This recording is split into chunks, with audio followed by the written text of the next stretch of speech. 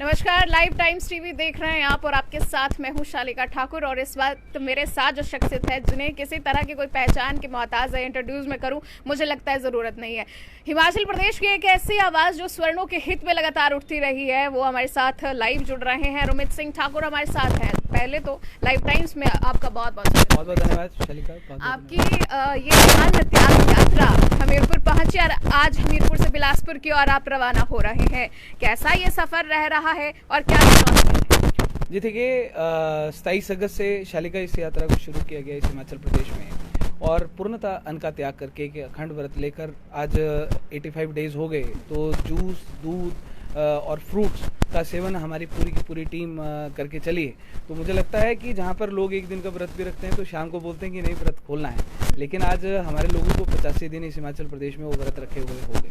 लोग अपने घरों को सुधारने के लिए व्रत रखते हैं, हमने अपने समाज को मजबूत बनाने के लिए अखंड व्रत रखा है। जहाँ पर इस हिमाचल प्रदेश में हम लोगों ने शिमला लोकसभा से लोकसभा वाइज हमने इसको यात्रा को शुरू किया और जहाँ पर पहले जिला सोलन, फिर जिला सिरमौर, फिर जिला शिमला, फिर उसके बाद हम लोग मंडी लोकसभा में आए जिसमें मंडी पूरा जिला मंडी, फिर जिला कुल्लू हम लोग करके आए, फिर जिला कांगड़ा में जिला चंबा, फिर जिला कांगड़ा और फिर हमीरपुर में जिला ऊना और फिर आज जिला हमीरपुर हमारा समाप्त है। और आज शाम को हम लोग जिला बिलासपुर में हम लोग एंटर होंगे घुमारवीं में।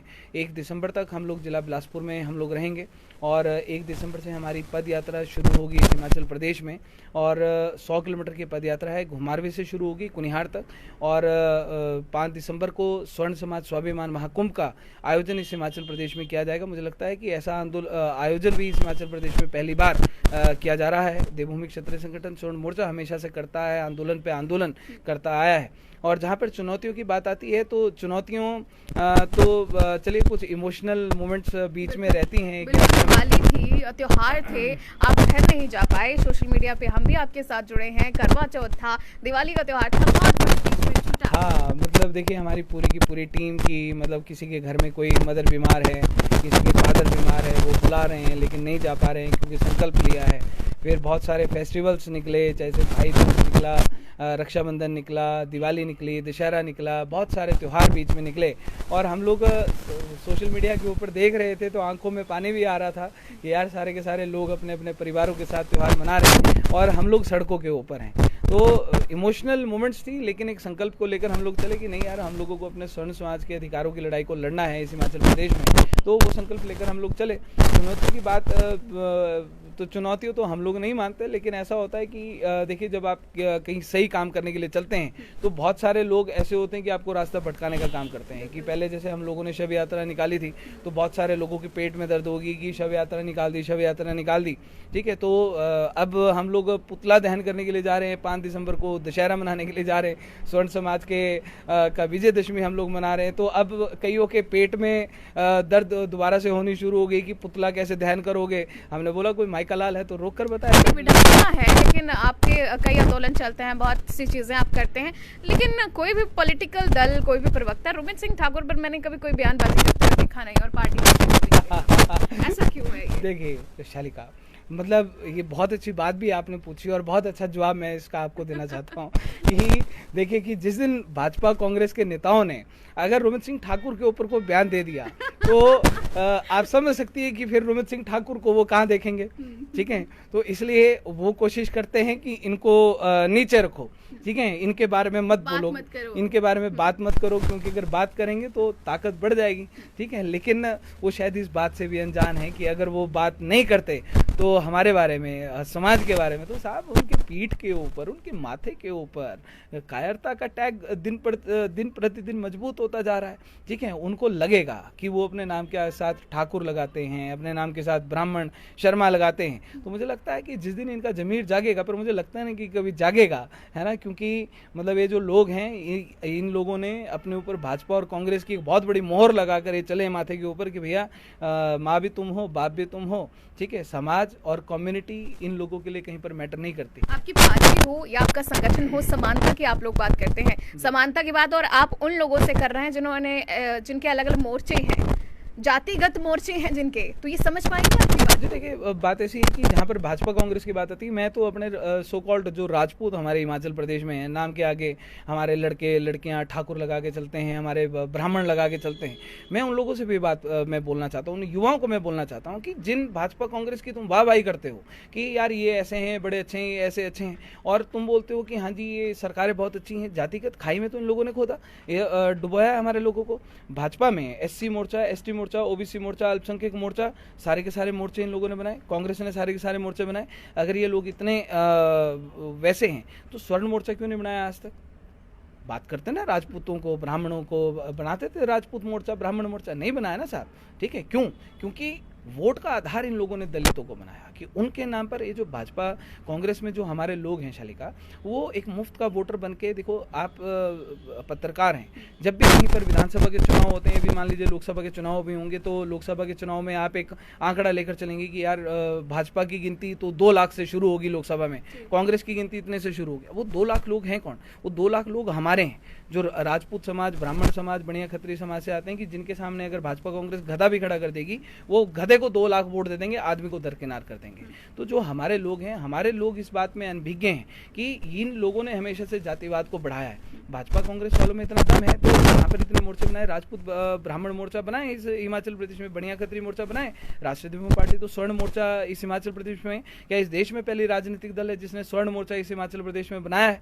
क्यों? क्योंकि जहाँ पर एससी वर्ग की बात आती है या इन लोगों की बात आती है, हम लोगों को भी कहा जाता है, लेकिन हमें कहते हैं कि 543 सांसद हमने इनकी नौकरी पे लगा रखे हैं जो इनके बारे में बात करेंगे, 68 विधायक इनकी नौकरी पर लगा रखे हैं जो इनके बारे में बात करेंगे। एक भी विधायक ऐसा नहीं है जो इस हिमाचल प्रदेश में रहने वाले सामान्य वर्ग के अधिकारों के बारे में बात करता है। मुख्यमंत्री सुखविंदर सिंह सुक्खू से कभी रूबरू होने की आपको मौका मिला, बातचीत हुई, और कैसा रिस्पांस था उनका आपकी मांगों को लेकर? जी देखिए, बात ऐसी कि स्वर्ण आयोग को लेकर हम लोगों ने मांग की मुख्यमंत्री से, और कुछ मंत्रियों ने साथ में सहयोग किया। उन्होंने कहा कि आप लोग एक कार्यक्रम का आयोजन करें और उस कार्यक्रम में आकर हम लोग इस बात को सुनेंगे और रखेंगे। हमने नाहन में 9 मई को महाराणा प्रताप जयंती मनाई, हमने इनके मुख्यमंत्री को भी बुलाया, विधायकों को भी बुलाया, मंत्री को भी बुलाया, लेकिन आखिरी समय तक गोलमोल रखा और कहते रहे कि हाँ जी हम आएंगे, आखिरी समय में मुकर गए। फिर इनके मंत्रियों ने बयान देने शुरू कर दिए कि स्वर्ण समाज की बात करने से हमारी कुर्सी खतरे में आ जाती है, हमारी राजनीति खत्म हो जाती है। भाई स्वर्णों, तुम्हारे बारे में हम बात नहीं कर सकते क्योंकि जिंदगी भर की कमाई हमारी 2 मिनट में खत्म हो जाएगी। उसी कुर्सी के ऊपर बैठ के दलितों के बारे में बात करते हैं। रोडू में गए पूरी की पूरी सरकार, वहां पर जो एक जाति विशेष का वहां पर कार्यक्रम था, वहां जाकर उन्होंने मांगे 11 लाख मुख्यमंत्री साहब देकर आए, 30 लाख रुपए वहां पर, ठीक है। लेकिन हमारे समाज के लोगों के साथ अन्याय और अनदेखापनी करते हैं। स्वर्ण आयोग की फाइल हम लोगों ने दी 16 मार्च को इनको, उससे पहले 2-3 बार मिले। 17 मार्च को माननीय मुख्यमंत्री साहब ने हमारे बच्चों की वर्दियां छीन ली शालिका, हमारे बच्चों के स्कूल बैग छीन लिए, हमारे बच्चों की स्कूल की वर्दियां छीन ली। चंबा था, 2 पहली, दूसरी, तीसरी क्लास के बच्चे मिले। उन बच्चों ने मुझसे ये पूछा चंबा में, गांव में, कि बोलते हैं उनको पता है, वो बच्चे सोशल मीडिया पे देखते हैं कि जय भवानी वाले आ गए। उन बच्चों ने पूछा कि अंकल सरकार हमें जो स्कूल से वर्दी मिलती थी और बैग मिलता था, अब हमें गुरुजी नहीं देते। बोलते क्यों बंद की? बोलते उनके नीचे दूसरी तरफ जो लोग रहते हैं, बोलते उनके साथ जो बच्चे पढ़ते हैं उनको सरकार पैसा दे रही। बच्चों में जातिवाद का जहर खोलना का जो ये काम है, तो ये जो चाहे मुख्यमंत्री को, वर्तमान मुख्यमंत्री को कहें कि वो बड़े ग्राउंड टू अर्थ हैं और बड़ा मतलब गरीब परिवार से आते हैं, साहब ऐसे गरीब परिवार से आने का क्या औचित्य है कि जब आप उस गरीबी को ना समझो, आप उस भावना को ना समझो, आप उन लोगों की भावनाओं के साथ खिलवाड़ करते हैं। ऐसे पहले मुख्यमंत्री के बारे में कहा जाता था कि दरी के ऊपर सोते थे, चटाई के ऊपर सोते थे। साहब क्या फायदा ऐसे गरीब परिवारों से आने का, कि जो जब आप कुर्सी के ऊपर बैठते हैं तब आप गरीबी को दरकिनार कर देते हैं, फिर आप गरीबी में आप जातियां ढूंढने लग जाते हैं। गरीबी को कभी कोई जाति देखकर थोड़ी आती है। चलिए, आप मुख्यमंत्री के गृह क्षेत्र में गरज रहे हैं इस वक्त, और केंद्रीय मंत्री अनुराग सिंह ठाकुर भी यहीं से संबंध रखते हैं। लोकसभा चुनावों के लिए कितनी तैयारियां हैं और किस तरह राजनीतिक इस दंगल में उतरेंगे? जी देखिए, ठीक बात आपने बोली कि केंद्रीय मंत्री अनुराग ठाकुर जी की लोकसभा है, उप मुख्यमंत्री मुकेश अग्निहोत्री जी की ये लोकसभा है, मुख्यमंत्री सुखविंदर सिंह सुक्खू जी की ये लोकसभा है, उसके बाद भाजपा राष्ट्रीय अध्यक्ष जगत प्रकाश नड्डा जी की ये लोकसभा है, पूर्व मुख्यमंत्री प्रेम कुमार धूमल जी की ये लोकसभा है। और वहाँ पर अगर हम लोग खड़े हैं तो हमें बात कहना चाहते हैं कि साहब 2024 के चुनाव में, लोकसभा के चुनाव में आपको ये बताएंगे कि ठाकुरवाद क्या होता है, स्वर्ण समाज क्या होता है। आपने ठाकुर और ब्राह्मण होके अनुराग ठाकुर जी एक ऐसे यहाँ से सांसद है, 3 सांसद और भी हैं, लेकिन इस लोकसभा से आते हैं, तो कहना चाहता हूँ 2018 में माननीय हमारे जो प्रधानमंत्री जी हैं, उन्होंने एट्रोसिटी एससी एक्ट के ऊपर संशोधन लाया, अध्यादेश लाया, सुप्रीम कोर्ट के फैसले को पलटा। और अनुराग ठाकुर जी, आप उस समय तालियां मार रहे थे वहां पर बैठकर। आपने एक बार भी नहीं सोचा कि आपके राजपूत समाज, ब्राह्मण समाज, बनिया खत्री समाज के लोग इस हिमाचल प्रदेश में भी रहते हैं, उन लोगों के ऊपर क्या बीतेगी। आज लाखों परिवार हमारे जिलों के अंदर है, आप लोगों की करनी है, और आप लोगों की करनी का जवाब हम बखूबी आप लोगों को देंगे इस हिमाचल प्रदेश में। हम लोगों को अपना जो मर्जी हम लोगों को अपना दाव पे लगाना पड़ जाएगा, हम दाव पर लगाएंगे। आप ये सोच रहे हैं कि हम जीतेंगे, हम ये सोच रहे हैं कि हम नहीं जीतेंगे, लेकिन अगर हम नहीं जीतेंगे तो साहब जीतने भी नहीं देंगे। ये बात ये बहुत बड़ी दिलचस्प आपने बात कही कि हम जीतेंगे नहीं, पर हम जीतने भी नहीं देंगे। किसको नहीं जीतने देंगे? साहब स्वर्ण विरोधी हैं इस हिमाचल प्रदेश में, चाहे वो भाजपा के, चाहे कांग्रेस के। कांग्रेस वाले भी ले आए, किसको लेकर आना है, चाहे राजपूत को लेकर आएंगे, चाहे पंडित को लेकर आएंगे। जो राजपूत खड़ा होगा साहब, उससे पूछेंगे हम कि राजपूती का मतलब बताओ। तुम अपने नाम के आगे ठाकुर तो लगा के चले हो, तुम शर्मा पंडित लगा के चले हो, मतलब पूछेगा समाज क्या है और क्या तुमने अपने लोगों के लिए किया। ये सड़क, बिजली, पानी, लेना देना, ये महंगाई, भ्रष्टाचार, ये तो 70 साल हो गए। 70 साल से तुम इन्हीं मुद्दों को तो कॉपी पेस्ट करके हर बार चुनाव में उतर आ जाते हो। कौन सा नया मुद्दा तुम्हारे पास है? 5 साल जब राज करोगे तब बोलोगे जी भ्रष्टाचार मुक्त भारत हम इस हिमाचल प्रदेश को देंगे। तुम्हारे लोग सबसे बड़ा भ्रष्टाचार इस हिमाचल प्रदेश का, इस देश की राजनीति के अंदर करते हैं। तुम बोलते हैं कि महंगाई को हम लोग खत्म करेंगे। सबसे बड़ी महंगाई तो तुम्हारी सरकारें बढ़ाती हैं इस सत्ता में आकर। कब तक जनता को बेवकूफ बनाओगे? शालिका, मेरा तो ये कहना है कि इस हिमाचल प्रदेश की अगर हम लोग बात करें, अपने कुनबे की अगर हम बात करें, कि हमारे हिमाचल प्रदेश का अगर युवा जाग गया, ठीक है, जो आज 90 नंबर लेकर घर में बैठा है, ठीक है, और जो आज बच्चा हमारा 19 नंबर वाला कुर्सी के ऊपर बैठ रहा है, 90 वाला घर में बैठ रहा है, जिस युवा की डिग्री के ऊपर एक जाति का सर्टिफिकेट इन लोगों ने भारी कर दिया। आज हमारे बच्चे अपना सब कुछ दांव पे लगा देते हैं पढ़ने लिखने के लिए। उनके माँ बाप, आप जाकर देखिए, उनके माँ बाप से पूछे कि साहब कितने लाख लोन लिया है। कोई बोलेगा जी 30 लाख, कोई बोलेगा 20 लाख, कोई बोलेगा 50 लाख एजुकेशन लोन लिया, अपना घर तक उन लोगों ने गिरवी रखे हैं। और जब अपने बच्चों को पढ़ाते हैं, आखिर में होता क्या है कि उनकी मेरिट के ऊपर एक जाति का सर्टिफिकेट भारी हो जाता है। किसकी बदौलत? ये अनुराग ठाकुर जैसे लोग, ये सुखविंदर सिंह सुक्खू जैसे लोग, ये मुकेश अग्निहोत्री जैसे लोग, ये जगत प्रकाश नड्डा जैसे लोग, ठीक है, ये जो लोग हैं, और ये 68 विधायक, 543 सांसद, इन लोगों की बदौलत, ठीक है। आप लोगों के लिए कोई है नहीं इस हिमाचल प्रदेश में बात करने वाला, ठीक है। हम खड़े हुए हैं और पूरी की पूरी ताकत के साथ खड़े हुए हैं। आप लोगों के द्वार पर आएंगे, सड़क, बिजली, पानी को दरकिनार कर देना। ये पूछ लेना, भैया 90 नंबर लिए थे मैंने, 90 नंबर लेकर मेरी योग्यता का गला क्यों घोटा तुमने? हमारे जो कर्मचारी जो नौकरी कर रहे हैं ना, इन भाजपा कांग्रेस वालों से डरना छोड़ो। और जब ये तुम्हारे घर पे वोट मांगने के लिए आएंगे ना, तब ये बोलना कि साहब 15 साल से नौकरी कर रहा हूँ, 20 साल से नौकरी कर रहा हूँ। 20 साल नौकरी करने के बावजूद तुमने तीसरे साल में प्रमोट करके मेरे जूनियर को मेरे सिर के ऊपर बाबू बनाकर बैठा दिया। पूछना इन लोगों से जरा, ये सड़क, बिजली, पानी की चिंता छोड़ देना। आप किसान है ना, कृषि करते हैं ना आप लोग, तो जब आपके पास से वोट मांगने के लिए आएंगे ना भाजपा कांग्रेस के डकैत, तो इनसे पूछना कि साहब जब हॉर्टिकल्चर एग्रीकल्चर के ऑफिस में जाता हूँ बीज खरीदने के लिए, 100 रुपए किलो बीज खरीदता हूँ मैं, गरीब किसान, और जो मेरे साथ वाला अमीर किसान है वो 40 रुपए किलो बीज खरीदता है, मैं 100 रुपए किलो बीज खरीदता हूँ। पूछना इन डकैतों से कि मेरे से 60 रुपया फालतू क्यों लिया तुमने। अच्छा चलिए, चलते चलते मुझे ये बता दीजिए, ये रोने वाले मुख्यमंत्री और हवाई मुख्यमंत्री कौन कौन है? ये क्या है ये माजरा? हवाई वाले मुख्यमंत्री ठाकुर जयराम, ठीक है, जिन्होंने इस हिमाचल प्रदेश में जब भी उनसे कोई मांगने गया, हम भी गए स्वर्ण आयोग मांगने, कितनी बार हम मांगने गए, लेकिन हवाई वाली बातों के अलावा कुछ नहीं किया। दे देंगे, 3 महीने में दे देंगे, 2 महीने में दे देंगे, 6 महीने में दे देंगे। कोई बेचारे कर्मचारी, कोई अपने स्टूडेंट, कोई अपने किसान, ठीक है, अपनी मांगों को लेकर गए तो बोले कि नहीं 3 महीने के बाद आपकी बात को सुना जाएगा, 6 महीने के बाद को सुना जाएगा। 5 साल बिता दिए, बातें हवाओं में उड़ाते रहे और पैंट कोट पहनकर घूमते रहे कि मैं मुख्यमंत्री हूं, और जो मैंने लिख दिया या बोल दिया वो पत्थर की लकीर है। लेकिन लकीर तो तब होती, लकीर तो तब खींचते साहब कि अगर आपके पास पत्थर होता लकीर खींचने के लिए, वो भी हवा में आपने पत्थर लटका के रखा कि इस पत्थर के ऊपर मैंने लकीर खींच दी। तो इसलिए हवाई वाले मुख्यमंत्री हैं।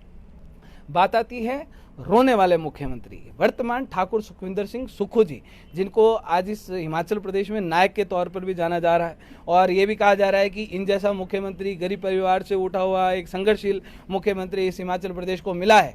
ठीक है, हमारे बच्चे आपके पास नाक रगड़ते रहे, इच्छा मृत्यु आपके कार्यालय के बाहर मांगते रहे, आपने हमारे बच्चों की जिंदगियां बर्बाद कर दी, उनके टेस्ट का रिजल्ट रोककर स्वर्ण आयोग मांगने आप लोगों से गए, आपने हमारे बच्चों की हमारे बारे में तो आप रोने लग गए कि नहीं 6 महीने तक नहीं कर पाऊंगा, 1 साल तक नहीं कर पाऊंगा, अभी हमारे पास कुछ नहीं है। अगले दिन आपने 1 सेकंड नहीं लगाया हमारे बच्चों की वर्दियां छीनते हुए।